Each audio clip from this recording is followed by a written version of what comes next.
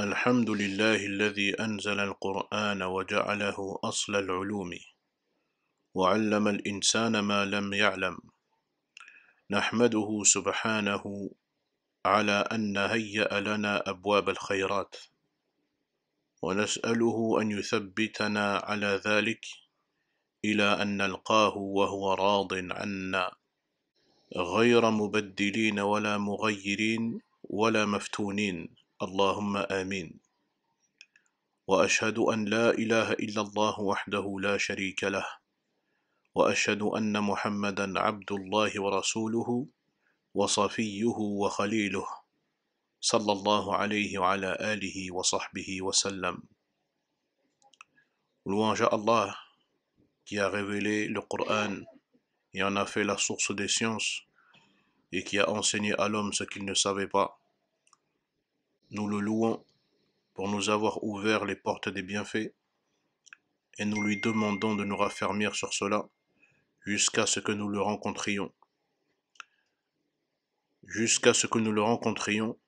Alors qu'il est satisfait de nous, sans que nous ayons changé ni altéré, ni été éprouvés au point de dévier.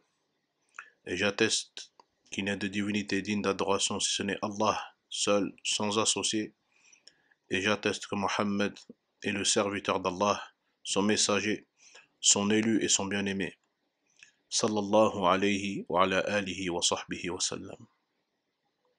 Amma ba'du, فإن العلم وطلبه من أفضل القربات إلى الله تعالى، بل عد جمع كثير من أهل العلم طلب العلم أفضل النوافل التي يطلبها العبد، ولهذا فإن السعي لنشر العلم النافع المقتبس من كتاب الله ومن سنة رسوله صلى الله عليه وسلم، ومما بينه أئمة الإسلام المؤتمنون على الدين في فهم الكتاب والسنة، إن السعي في ذلك من الجهاد في سبيل الله، ومما يراغم به الشيطان وأعداء الدين.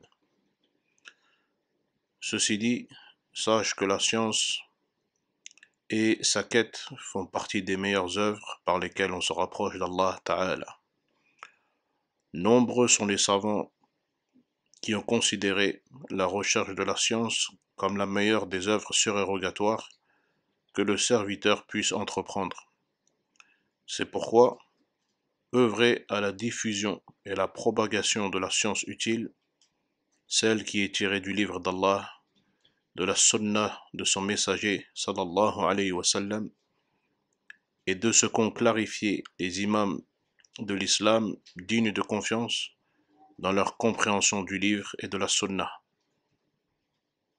Cet effort-là, qui est fait dans le sentier d'Allah tabaraka wa ta'ala, et c'est également un acte qui contrarie al-shaytan et les ennemis de la religion.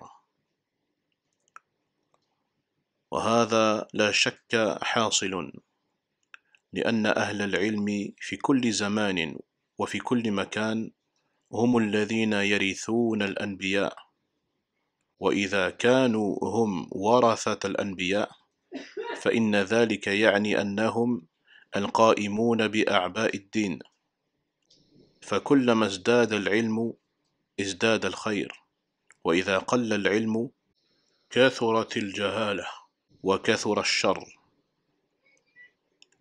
Et cela, sans aucun doute, est une réalité, car les gens de science, en tout temps et en tout lieu, sont ceux qui héritent des prophètes. Et s'ils sont les héritiers des prophètes, cela signifie alors qu'ils sont ceux qui portent la charge de la religion. Ainsi, plus la science augmente, plus le bien se propage, et quand la science diminue, l'ignorance se répand et le mal s'accroît. ومن جهة أخرى فإن المسلمين اليوم بحاجة ماسة إلى أعداد كبيرة من طلاب العلم ليفقهوا المسلمين في مشارق الأرض ومغاربها، فالناس في حاجة ماسة إلى من يبين لهم الحق ويبين لهم التوحيد الصحيح والعقيدة الخالصة، ويبين لهم معنى اتباع سنة النبي صلى الله عليه وسلم، ويبين لهم أحكام الشرع، ويبين لهم ما به قوتهم في دينهم. وهذا مما يحتاج إلى أعداد كبيرة من طلاب العلم. Et d'un autre côté, les musulmans d'aujourd'hui ont un besoin urgent et pressant d'un grand nombre d'étudiants en sciences pour qu'ils puissent enseigner et instruire les musulmans à travers l'Orient et l'Occident. Les gens ont un grand besoin de personnes et d'étudiants qui leur clarifient la vérité, leur expliquent la réalité du tawhid, leur expliquent la croyance pure et le sens réel du suivi de la sunna du prophète alayhi salatu wassalam, et qui leur explique les jugements, et qui leur explique la sharia, et ce qui renforce leur foi et leur pratique religieuse. Et tout cela nécessite un grand nombre d'étudiants en sciences. وبين أيدينا رسالة ثلاثة الأصول وأدلتها، وهي رسالة مهمة لكل مسلم، وقد كان علماؤنا يعتنون بها في أول ما يشرحون من كتب العلم، وذلك لسببين. السبب الأول أنها من المتون المختصرة، فالعلم لا ينال مرة واحدة، وإنما ينال على مر الأيام والليالي، كما قال ابن شهاب الزهري رحمه الله فيما رواه ابن عبد البر في كتاب الجامع: من رام العلم جملة ذهب عنه جملة، وإنما يطلب العلم على مر الأيام والليالي.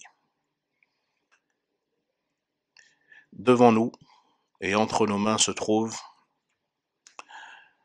une risala, une épître intitulée Les trois fondements et leurs preuves, qui est un texte important pour tout musulman. Nos savants y ont accordé une attention particulière parmi les premiers ouvrages qu'ils expliquent, et cela pour deux raisons. La première, c'est un texte résumé, et comme on le sait, la science ne s'acquiert pas d'un seul coup, mais elle s'acquiert au fil des jours et des nuits, comme l'a dit Ibn Shihab al-Zuhri, rahimahullah, d'après ce que rapporte Ibn Abd al-Barr, rahimahullah, dans son ouvrage Al-Jami'. Celui qui cherche à acquérir la science d'un seul bloc la perdra d'un seul bloc. Mais la science s'acquiert au fil des jours et des nuits. وهذا حق، فالعلم يبدأ بتحصيل صغاره قبل كباره، فإذا حصلت صغار المسائل قبل الكبار فأنت على طريق العلم، وأما إذا ابتدأت بالكبار التي تحتاج إلى بحث وترتيب فقد تنازع العلماء فيها، كما هو ديدن بعض طلاب العلم أو بعض المبتدئين في العلم دون معرفة صغار وواضحات المسائل، فإنه يذهب عنك العلم. لهذا أؤكد على ضرورة تأصيل العلم والسير فيه خطوة فخطوة، وإنما يطلب العلم على مر الأيام والليالي، كما قال القائل: اليوم علم وغدا مثله. من نخب العلم التي تلتقط يحصل المرء بها حكمة، وإنما السيل اجتماع النقط. Et cela est vrai. La science commence par l'acquisition des petites choses avant les grandes. Ainsi, si tu maîtrises les petites questions avant les grandes, tu es véritablement sur la voie de la science. Mais si tu commences par les grandes questions, qui nécessitent étude, ou sur lesquelles les savants ont divergé, sans connaître au préalable les questions simples et claires, comme cela peut être l'habitude de certains étudiants ou débutants, alors la science s'éloignera de toi. C'est pourquoi nous insistons sur la nécessité d'un enracinement solide dans la science, en avançant pas à pas, progressivement, comme cela a été dit, aujourd'hui une science, demain une autre, des perles de savoir que l'on récolte, ainsi l'homme acquiert la sagesse, car le torrent n'est rien d'autre qu'un amas de gouttes. وهذا واقع فقد ذكر الخطيب البغدادي بإسناده في كتاب الجامع لأخلاق الراوي وآداب السامع عن الفضل بن سعيد: كان رجل يطلب العلم فلا يقدر عليه فعزم على تركه، فمر بماء ينحدر من رأس جبل على صخرة قد أثر الماء فيها، فقال: الماء على لطافته قد أثر في صخرة على كثافتها، والله لأطلبن العلم، فطلب فأدرك. فالعلم يحتاج إلى مواصلة وحفظ ومدارسة وترك اليأس، ولكن يجب أن يكون على طريقة، خطوة بعد خطوة، ومن بدأ بالأهم ثم أعقبه بالمهم فإنه يحصل من العلم ما شاء الله. Et cela est une réalité. En effet, Al-Khatib Al-Baghdadi, rahimahullah, avec une chaîne de transmission, dans son livre intitulé Al-Jami' li Akhlaq al-Rawi wa Adab al-Sami', d'après Al-Fadl ibn Saïd, il a dit: un homme cherchait la science mais n'y parvenait pas. Il décida donc alors d'abandonner. Puis il passa près d'une eau qui s'écoulait du sommet d'une montagne sur un rocher, et constata que l'eau, malgré sa douceur, avait laissé une trace dans la pierre, malgré sa dureté.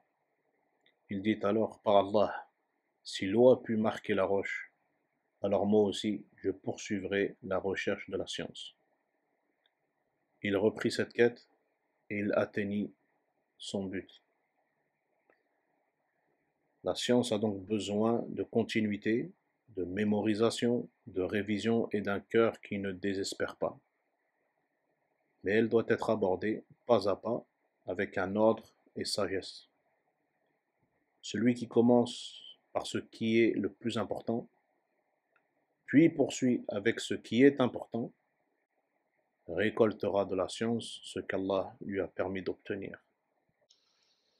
السبب الثاني لأن فيها الجواب على أسئلة القبر الثلاثة، وهي سؤال الملكين العبد عن ربه ودينه ونبيه، وهي ثلاثة الأصول، أي معرفة العبد ربه وهو معبوده، ومعرفة العبد دينه أي دين الإسلام بالأدلة، ومعرفة العبد نبيه صلى الله عليه وسلم. فمن هنا جاءت أهمية هذه الرسالة، لأن فيها من أصول التوحيد والدين الشيء الكثير. La deuxième raison, c'est que cet épître contient les réponses aux trois questions qui nous seront posées dans la tombe. Les deux anges questionneront le serviteur à propos de son Seigneur, sa religion et de son prophète. Et ce sont justement les trois fondements: la connaissance par le serviteur de son Seigneur, c'est-à-dire celui qu'il adore, la connaissance de sa religion, c'est-à-dire l'islam, avec preuve, et la connaissance de son prophète, sallallahu alayhi wa sallam. C'est donc de là que découle l'importance de cette épître, car elle contient les fondements essentiels du tawhid et de la religion en général.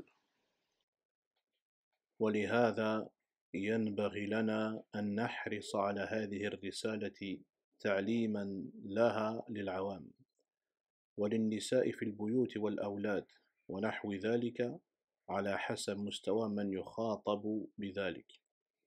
وقد كان علماؤنا رحمهم الله يعتنون بثلاثة الأصول هذه تعليما وتعلما، بل كانوا يلزمون عددا من الناس بعد كل صلاة الفجر أن يتعلموها وأن يحفظوها، وذلك هو الغاية في رغبة الخير ومحبة الخير لعباد الله المؤمنين، إذ أعظم ما تسدي للمؤمنين من الخير أن تسدي لهم ما ينجيهم عند سؤال الملكين للعبد في قبره، لأنه إذا أجاب جوابا صحيحا حسنا عاش بعد ذلك سعيدا، وإن لم يكن جوابه مستقيما ولا صحيحا عاش بعد ذلك والعياذ بالله على التعود بالشقاء والعذاب. C'est pourquoi il convient que nous soyons attentifs à enseigner cette épître aux gens du commun, aux femmes dans les foyers et aux enfants, et à tous ceux qui peuvent la recevoir selon le niveau de ceux à qui on s'adresse. En effet, nous savons qu'Allah leur fasse miséricorde a accordé une grande importance à l'enseignement et à l'apprentissage des trois fondements, au point même que certains obligeaient un groupe de fidèles, après chaque prière du Fajr, à l'apprendre et à la mémoriser. Et cela est l'expression la plus noble du désir du bien et de l'amour du bien pour les croyants. Car le plus grand bien que tu puisses offrir à un croyant, c'est de lui transmettre ce qui le sauvera lors de l'interrogatoire des deux anges dans sa tombe. S'il répond correctement, avec justesse et fermeté, il vivra après cela dans le bonheur et la félicité. Mais s'il échoue dans sa réponse, il vivra ensuite, qu'Allah nous en protège, sous la menace du malheur et du châtiment. ولقائل أن يقول ما إعراب ثلاثة الأصول وأدلتها. ولماذا لم يقل المصنف رحمه الله الأصول الثلاثة وأدلتها؟ وما هي العبارة الأصح؟ الجواب أن الشيخ رحمه الله تعالى له رسالة أخرى بعنوان الأصول الثلاثة، وهي رسالة صغيرة أقل من هذه علما ليعلمها الصبيان والصغار. أما ثلاثة الأصول فهي هذه التي نشرحها. ويكثر الخلط بين التسميتين، وربما أطلق عليها ثلاثة الأصول أو الأصول الثلاثة، لكن تسميتها المعروفة أنها ثلاثة الأصول وأدلتها. Et donc quelqu'un pourrait dire, quelle est l'analyse grammaticale de l'expression les trois fondements, يعني ثلاثة الأصول وأدلتها. Pourquoi l'auteur n'a pas dit simplement الأصول الثلاثة? Quel est donc le titre correct?